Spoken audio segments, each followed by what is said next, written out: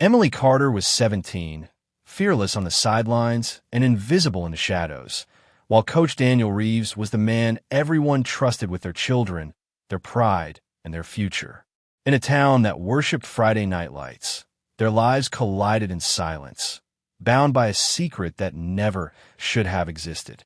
What began as quiet attention behind locked doors slowly transformed into fear, control, and desperation. By the time Ridgewood realized something was wrong, one of them would be found brutally murdered, and the other would be exposed as a monster hiding behind respect, discipline, and applause. Ridgewood was the kind of town where nothing serious was supposed to happen. Tree-lined streets, familiar faces, and a high school that served as the center of community life made people feel safe. Every Friday night, the stadium lights turned the town golden, and families filled the bleachers with cheers and pride. Football season was not just a sport in Ridgewood, it was an identity. Winning games meant unity, and losing meant quiet disappointment that faded by Monday morning. At the center of this tradition was the high school football program, known for discipline and strong leadership. The coach had built his reputation over many years. Parents trusted him, students admired him, and school officials praised his dedication. He appeared calm, confident, and fully devoted to shaping young athletes into responsible adults. His presence alone carried authority, and few people ever questioned his decisions. On the sidelines, the cheerleading squad added color and excitement to every game. Among them was one cheerleader who stood out without trying. She was known for her bright smile, sharp focus, and natural confidence. Teachers described her as respectful, friends saw her as dependable, and younger students looked up to her. She represented everything positive the school wanted to showcase. From a distance, the scene looked harmless and perfect. A successful team, a respected coach, and a talented cheerleader working toward the same goal of school pride. Yet beneath this clean image, small moments passed unnoticed. Extra glances, longer conversations, and subtle changes in behavior blended into the noise of daily routines. In a town where everyone believed they knew each other, these early warning signs were ignored. What appeared to be nothing more than trust and teamwork was quietly becoming something far more dangerous. The connection did not form all at once. It grew slowly, hidden within ordinary school routines that never raised concern. Extra practice sessions, late afternoons at the gym, and brief moments alone became opportunities that felt harmless at first. What looked like guidance and encouragement slowly crossed lines that should never have been touched. The cheerleader believed the attention meant she was valued in a way others were not. The coach convinced himself that the situation was under control, that no one would ever notice. Secrecy became the foundation of everything.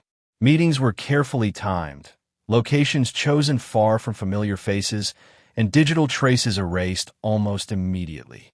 Messages were deleted as soon as they were read, and phones were kept locked and guarded. Each hidden step increased the sense of danger, but also created a false feeling of excitement and power. The thrill of not being discovered slowly replaced reason and caution. The imbalance between them shaped the entire situation. The cheerleader was young and still forming her sense of identity, while the coach held authority, experience, and influence. His approval mattered, and his disappointment felt threatening. Over time, the secrecy stopped feeling romantic and began to feel heavy.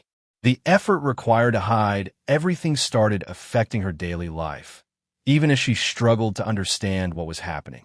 For the coach, fear of exposure grew stronger than concern for consequences. He knew how much he stood to lose, yet instead of stepping away, he tightened his control. The relationship no longer felt optional. It became something that had to be protected at all costs. While the town continued cheering from the stands, unaware of what was unfolding behind closed doors, a dangerous bond was forming. What began as quiet attention had turned into a secret that could not survive the light, setting the stage for something far darker. Just uneasy observations and quiet speculation. Students noticed the coach watching her more closely than others. Some mentioned seeing them leave the same areas at similar times. No one spoke openly, and no adult felt confident enough to question a man with such a strong reputation. In a place built on trust and familiarity, suspicion struggled to find a voice. While she grew more withdrawn, the coach grew increasingly tense. His calm authority was still visible in public, but in private moments, his behavior shifted. He became cautious, constantly scanning his surroundings and reacting sharply to unexpected interruptions. He adjusted schedules, changed routines, and avoided situations where questions could arise. The pressure of maintaining control weighed heavily on him, even as he tried to appear unshaken. The secret no longer felt contained. It hovered over every interaction, turning ordinary moments into sources of fear. A simple rumor, a glance, or a misplaced phone could unravel everything. The cheerleader began to understand that the situation was not equal, and that escape would not be simple. Meanwhile, the coach felt his carefully built image starting to crack under invisible strain. Without realizing, the realization came quietly, without drama or relief. The cheerleader began to see the situation for what it truly was, not a secret connection, but a trap that had slowly closed around her. The fear she carried each day outweighed any sense of attachment. She wanted her normal life back, the freedom to focus on school, friends, and her future without constantly looking over her shoulder. Ending everything felt like the only way forward, even though the thought of doing so filled her with anxiety. She became more careful, paying closer attention to patterns and behavior. In moments alone, she began preserving small pieces of information, unsure if she would ever need them, but sensing that protection mattered. Dates, locations, and digital traces were quietly noted. It was not revenge she was thinking about, but safety. The imbalance of power had become impossible to ignore, and she understood that walking away would not be simple. The coach sensed distance growing between them. The subtle shift unsettled him. He became more alert, watching for signs that control was slipping. His fear no longer centered on the relationship itself, but on exposure. Every achievement, every praise from parents and staff now felt fragile. The idea of losing everything he had built consumed his thoughts. Instead of stepping back, he pushed harder to maintain silence and loyalty. Stress changed him. He slept less, reacted more sharply, and began making decisions driven by panic rather than reason. The image he had carefully maintained in public hit a mind racing with worst-case scenarios. He convinced himself that the danger was immediate, that time was running out. As one prepared to break free and the other fought to keep everything buried, both moved toward a moment where choices would no longer be reversible. The breaking point was near, and once crossed, there would be no way to return to how things were before. The night unfolded without warning, blending into what should have been an ordinary evening. The cheerleader left home with no signs of distress, telling no one where she was going. Hours passed before concern replaced routine. When calls went unanswered and messages showed no activity, worry began spreading through her family. By morning, panic had taken hold. Her absence no longer felt accidental. Authorities were alerted, and the search began quickly. Her car was found parked near a closed sports facility on the edge of town, the doors unlocked and personal items still inside. The discovery sent a shock through the community. Volunteers joined law enforcement, scanning fields, wooded areas, and empty buildings. The same town that cheered together on Fridays now waited together in fear. Public support poured in. Candlelight gatherings formed, and social media filled with hopeful messages. The coach was visible during these moments, standing among parents and students, offering reassurance and encouragement. He appeared composed, expressing concern and urging patience. To many, his presence reinforced trust, making it difficult to imagine any darker truth behind his calm exterior. Privately, the pressure became unbearable. Every hour that passed increased the risk of exposure. The abandoned car, the location, and the timing all felt dangerously close to unraveling everything. He followed updates closely, adjusting his behavior to match expectations. Any mistake now could draw attention he could not afford. As daylight faded into another night, the search continued without answers. The cheerleader remained missing, and uncertainty gripped the town. What no one knew was that this was no longer a case of disappearance. The events of that night had already sealed a tragic outcome. While hope remained visible on the surface, something irreversible had occurred, and the truth was waiting to be uncovered. The discovery came days later, far from the familiar streets of Ridgewood. In a quiet, wooded area rarely visited by locals, search teams found what they had feared but hoped to avoid. The cheerleader's body was hidden among fallen branches and uneven ground, placed in a way that suggested haste rather than care. The scene made it immediately clear that this was not an accident. The investigation shifted instantly from a search effort to a homicide case. The condition of the site revealed signs of panic and violence. The surrounding area showed evidence of a struggle, indicating the attack had been sudden and forceful. Investigators noted that the location was chosen for isolation, not familiarity, pointing toward someone desperate to hide what had been done. The brutality shocked even seasoned officers, leaving no doubt that fear and urgency had driven the final moments. As news spread, the town fell silent. Vigils turned into memorials, and hope was replaced by grief and anger.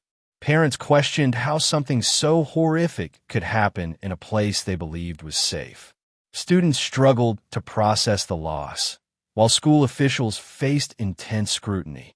The tragedy shattered Ridgewood's sense of security. Behind the scenes, investigators began piecing together the cheerleaders' final days.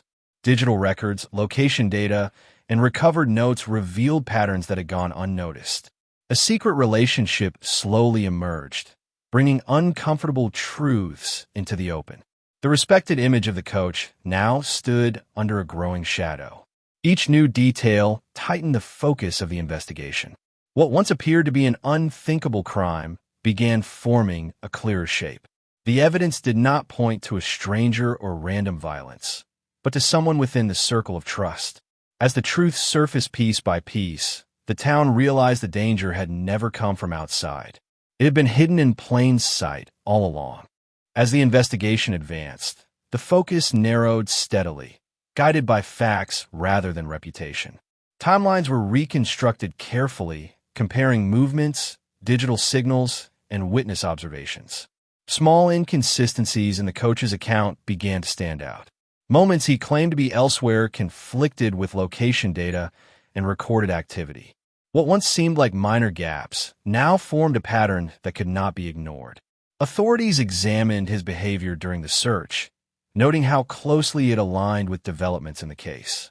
His early visibility, once seen as leadership, now raised questions. Surveillance footage from nearby roads and facilities placed his vehicle in areas he had not disclosed. Each discovery stripped away another layer of the calm image he had worked so hard to maintain. The pressure changed him. Public appearances became rare, and his confidence faded into guarded silence. Friends and colleagues noticed his withdrawal, though few were prepared for what was coming. The school district placed him on leave, citing the ongoing investigation. For the first time, the man who commanded respect stood isolated. When investigators finally confronted him with the collected evidence, the weight of his choices became unavoidable. The arrest sent shockwaves through Ridgewood. Parents struggled to explain the situation to their children, and students questioned how they had misjudged someone so trusted. The news spread quickly, replacing disbelief with anger and sorrow. The case forced the town to face an uncomfortable truth. Authority had been mistaken for safety, and familiarity had replaced accountability. The fall of the coach was not just the exposure of one man, but a reminder of how easily power can hide behind respect. As legal proceedings began, Ridgewood understood that trust, once broken, leaves scars far deeper than any crime scene ever could. The aftermath lingered long after the investigation ended, settling into the town in quiet and permanent ways. Ridgewood was no longer defined only by victories and traditions, but by a tragedy that forced reflection. The school halls felt different, carrying a sense of caution that had not existed before. Systems once assumed to be safe were now questioned, and policies were rewritten to prevent unchecked authority from taking root again. The cheerleader's life became more than a headline. She was remembered for who she was beyond the crime, a student with dreams, friendships, and a future that was taken too soon. Memorials turned into conversations about protection, awareness, and responsibility. Her story became a warning about how silence and imbalance can lead to irreversible harm. For the community, healing did not come quickly. Parents became more involved, teachers more attentive, and students more willing to speak when something felt wrong. The illusion that bad things only happen elsewhere was shattered. Ridgewood learned that danger can exist even in familiar places, often hidden behind respect and routine. The case left behind lessons that could not be ignored. Trust must be earned continuously, not granted without question. Power requires oversight, and secrecy thrives where accountability is absent. While justice addressed the crime, it could not restore what was lost. In time, the town moved forward, but it did not forget. The story remained a reminder that true crime is not always distant or obvious. Sometimes it grows quietly within ordinary lives, waiting for the moment when truth finally breaks through the silence.